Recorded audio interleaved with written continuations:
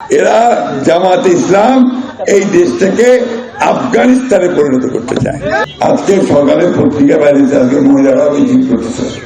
আমি জানি না এটা কতটুকু সত্য কি মিথ্যা, এটা নাকি টেলিফোনে হ্যাক করা হয়েছে বলতেছে। জামাতের আমির সাহেব মহিলাদের বিরুদ্ধে নাকি কথা বলছেন, আমি কিন্তু এটা জানি না। আমি সাংবাদিককে জিজ্ঞেস করছি, আমি জানি না, বাজে কথা বলেছেন। যদি এটা হয়ে থাকে, উনি যদি করে থাকেন তাহলে অন্যায় করেছেন, সঠিক করেননি। মহিলারা কখনই তাকে এটা মেনে নিতে পারবে না। তবে জামাতে ইসলামের তো ব্যাপারটাই আছে এরকম, ওরা তো মহিলাদেরকে কাজ করতে দিতে চায় না, বলে মহিলারা ঘরে থাকবে, কাজ করবে কি। এবং ওই যে আপনার গার্মেন্টসে যারা কাজ করে মেয়েদেরকে, তাদেরকে বলে দিয়েছে যে 5 ঘন্টার বেশি কাজ করতে পারবে না। খাবে কি? কাজ 8 ঘন্টা না করলে খাবেটা কি, তাই না? আমাদের মেয়েরা যদি স্কুল কলেজে না যায়, পড়াশোনা না করে, চাকরি পাবে কোথায়? কি বলছেন বলেন, কি বলবেন বলেন তার? হ্যাঁ,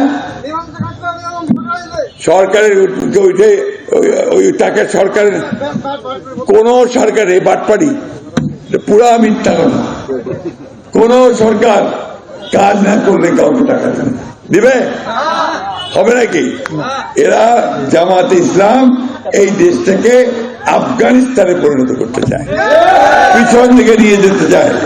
জামাতে ইসলাম একটা দল, যে দলটা আমাদেরকে সামনের দিকে যেতে বাধা দেয়। বন্ধুরা, আমরা পিছনে যেতে চাই না, আমরা সামনে যেতে চাই।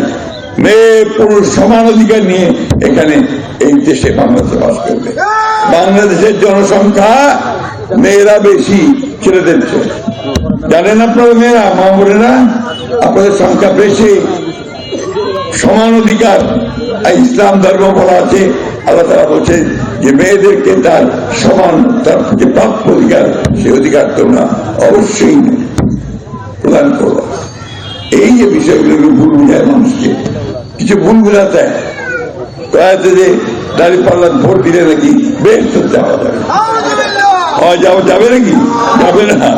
তো এই যে বোঝায় ভুল, এই ভুলগুলো আমরা বুঝতে চাই না। বন্ধুরা, আমরা চাই যে মানুষ এখানে সঠিকভাবে সত্য কথা নিয়ে আর সামনের দিকে এগিয়ে যায়।